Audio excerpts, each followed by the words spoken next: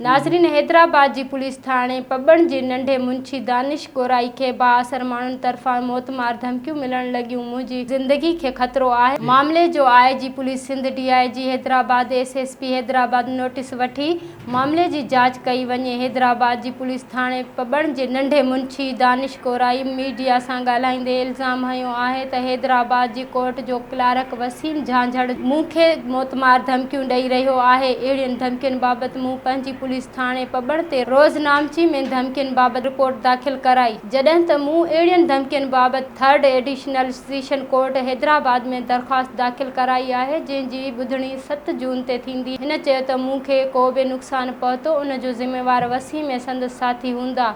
IG police Sindh, DIG Hyderabad, SSP Hyderabad खे appeal कई आहे त हिन मामले जी जांच कराई वञे ऐं धमकियूं ॾींदड़ जवाबदार वसीम ख़िलाफ़ क़ानूनी कार्रवाई कई वञे।